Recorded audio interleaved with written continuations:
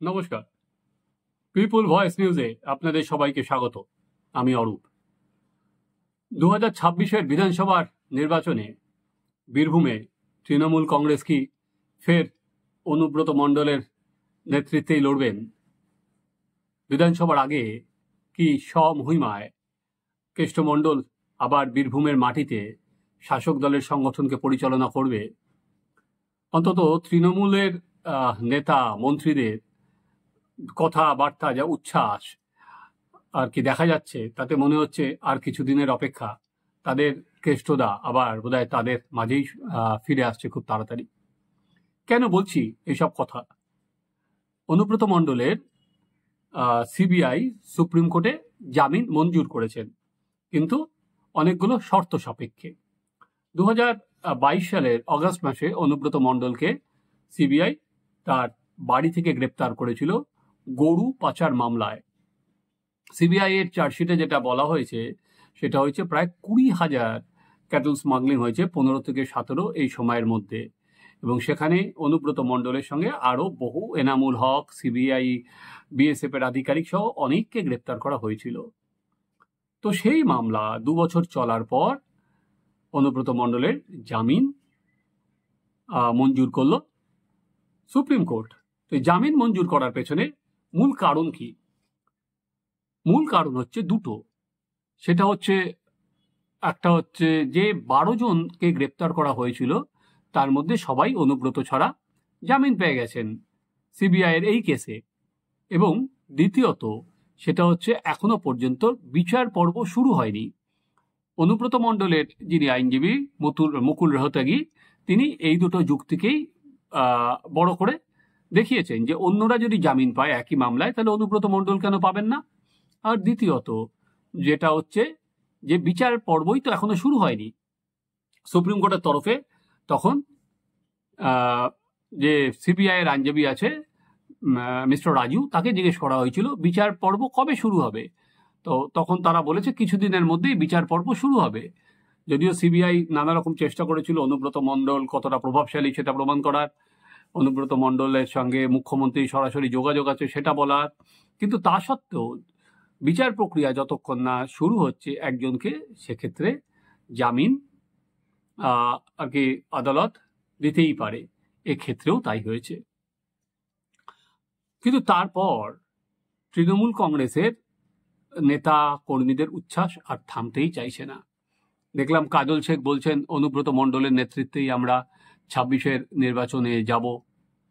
একই সঙ্গে আর এক মন্ত্রী চন্দ্র বলছেন যে জেলা জুড়ে তার অনুব্রত মণ্ডলকে আমরা আর কি, উনি জেল থেকে ফিরে আসবেন, আমরা জেলা জুড়ে সেটা নিয়ে আর কি বিজয় উৎসব করবে এক প্রকার।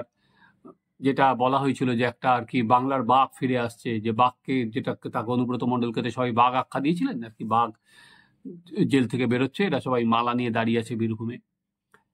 এবার আসুন যে কথাটা আমি বলছিলাম, যে 26-এ সেই কি কেষ্টমণ্ডলের চরম চরম ঢাকের সুরেই তৃণমূল কংগ্রেস ভোট করতে নামবে, যে গুড় বাতাসা বিলি করে? প্রথমত, অনুব্রত মণ্ডলের এগেনস্টে শুধুমাত্র সিবিআই নয়, ইডিও মামলা করেছে, এবং সেখানে ইডির যেটা আছে সেটা হচ্ছে মানি লন্ডারিং এর কেস।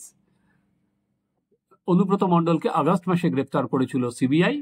এরপরে তাকে দীর্ঘ টালবাহানার পর তাকে নিয়ে যাওয়া হয় তিহার জেলে, এবং সেখানেই ইডি তাকে গ্রেপ্তার করে। প্রথমত, সিবিআই এর মামলায় উনি যখন জামিন পেলেন, এটাই স্বাভাবিকভাবে অনুব্রত মণ্ডলের হাইকোর্টে যে ইডির যে জামিনের কেসটা আছে সেটা হাইকোর্টে পেন্ডিং আছে, এবং হাইকোর্টে নিঃসন্দেহে এইটা আর কি সিবিআই এর আদালত যে জামিনটা দিয়েছে সেই জামিনের কাগজটা দেখিয়ে তাদের যুক্তি সামলাবে অনুব্রত মণ্ডলের আইনজীবীরা। কিন্তু পিএমএল অ্যাক্টে জামিন পাওয়া আর কি, যদি ইডি প্রমাণ তথ্য থাকে যে অনুব্রত মণ্ডল এতদিন ধরে যেটা বলছেন যে নির্দিষ্টভাবে উনি টাকা পাচারের সঙ্গে যুক্ত, তাহলে কিন্তু জামিন পাওয়া একটু কঠিন। কারণ যে কারণে বারবার করে বলার পরও কিন্তু অরবিন্দ কেজরিওয়াল বা আপের একাধিক নেতা আমরা কিন্তু দেখতে পাচ্ছি জামিন পাননি। একের পর এক নেতা এখনো পর্যন্ত জামিন তারা পাননি। এবার আসা যাক পরের প্রশ্নে। অনুব্রত মণ্ডলের বিরুদ্ধে কিন্তু আরও কিছু মামলা আছে। একটা হচ্ছে এনআইএ মামলা আছে, যেটা জিলোটিন স্টিক নিয়ে আছে, এবং সেখানে দাঁড়িয়ে অনুব্রত মণ্ডলের এখনো পর্যন্ত যেটা জানা যাচ্ছে না সেটা হচ্ছে এই শিক্ষা জগতের এর সঙ্গে কিভাবে আছেন, বা কয়লা পাচার কাণ্ডে তার নাম আছে কিনা। তা সত্ত্বেও তৃণমূল কংগ্রেসের আশা যে অনুব্রত মণ্ডল 2026-এ ওখানে যাবে, এবং অনুব্রত মণ্ডলকে সামনে রেখেই তৃণমূল কংগ্রেস আবার ওখানে ভোট করতে নামবে। এবার আসা যাক এই প্রশ্নেই। অনুব্রত মণ্ডল যে কোনো কেসে জামিন পাওয়া মানে তার কিন্তু যে সমস্ত অভিযোগ থেকে মুক্ত হয়ে যাওয়া নয়। একইভাবে কাউকে যেমন অ্যারেস্ট করলেই সে অভিযুক্ত, সে তার বিরুদ্ধে তো প্রমাণিত নয়, তার প্রমাণ করতে হবে বিচার প্রক্রিয়া সম্পন্ন হওয়ার পর, সে তখনও পর্যন্ত অভিযুক্তই থাকে। কিন্তু যে অভিযোগ, পাহাড় প্রমাণ অভিযোগ অনুব্রত মণ্ডলের বিরুদ্ধে উঠছে, সেখানে দাঁড়িয়ে তৃণমূল কংগ্রেস যেটা দেখতে পাচ্ছি, সেইটা তারা মনে করছে যে এই দুর্নীতির অভিযোগ সেটা আমজনতার কাছে কোনো বিষয়ই নয়।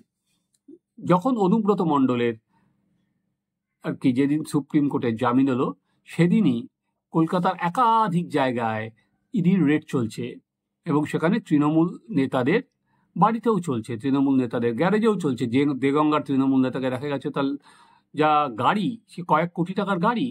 একইভাবে ভাঙড়েও চলছে তৃণমূল নেতার কাইজারের ভাইয়ের বাড়িতে। তো কি দেখছি, একদিকে অনুব্রত মণ্ডলের যেখানে সুপ্রিম কোর্ট জামিন দিল, সেখানেও কিন্তু দুর্নীতির নানা ফলাতে তৃণমূল কংগ্রেসের কি আঁচ কিন্তু বিদ্ধ হচ্ছে, দুর্নীতির নানা ফলায় কিন্তু বিদ্ধ হচ্ছে। তা সত্ত্বেও যেটা ইন্টারেস্টিং, সেটা তৃণমূল কংগ্রেসের কাছে এখন যেটা দেখা যাচ্ছে, দুর্নীতিটা আর বড় কোনো ইস্যু নয়। তারা মনে করছে না যে অনুব্রত মণ্ডল যদি সামনে থাকেন, সেক্ষেত্রে দুর্নীতিটা কোনো বিষয় বা সাধারণভাবে বা জনগণের কাছে এটা কোনো বড় বিষয় হতে পারে।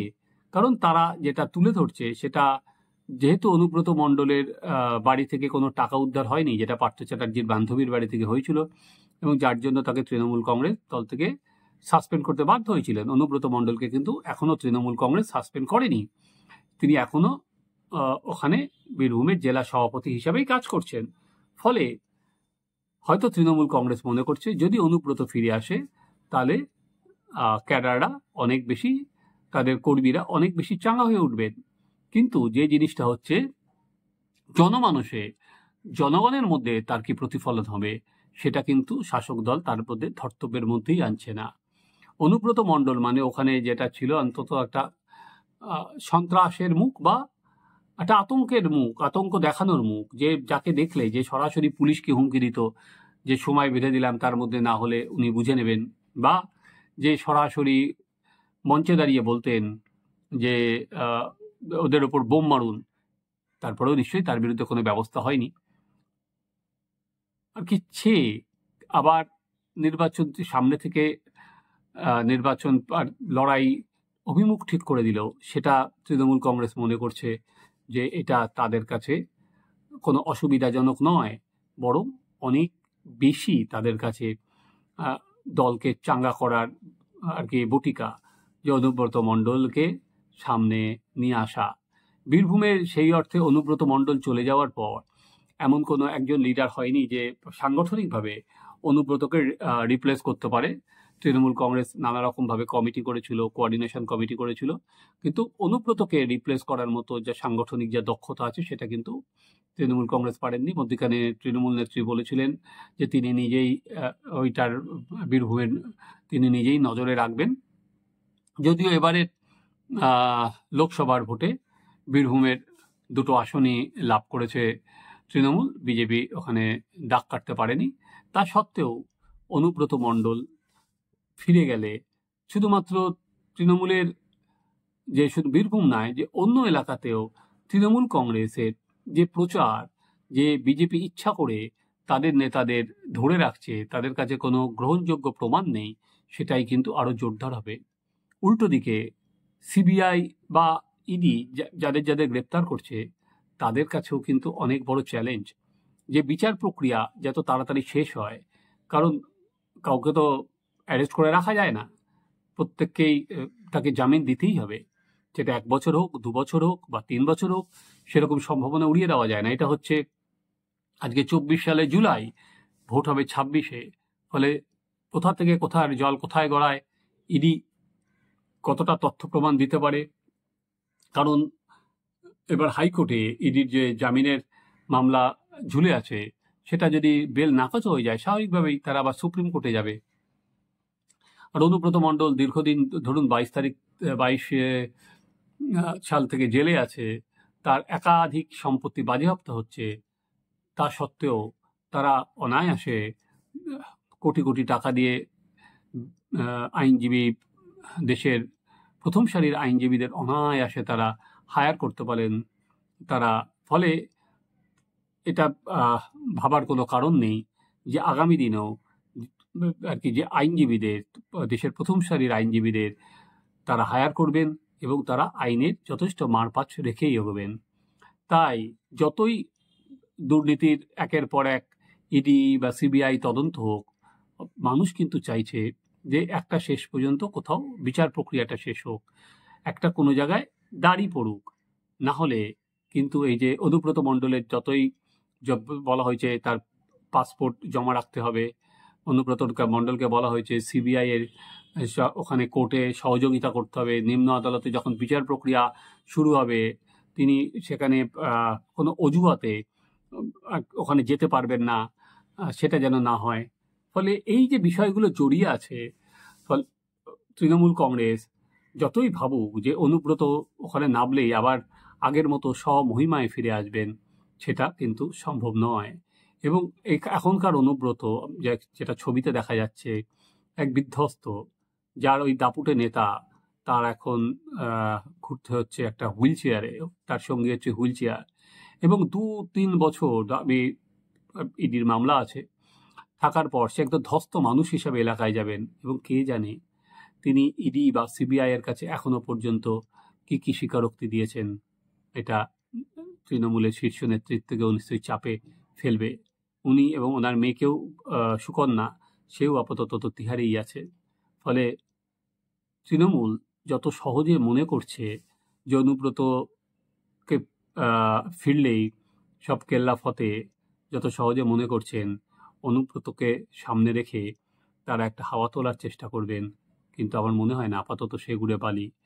প্রথমত তো ইডির এখনো গ্রেপ্তারিতে আছে, তাছাড়া আমি যেটা বললাম এনআইএও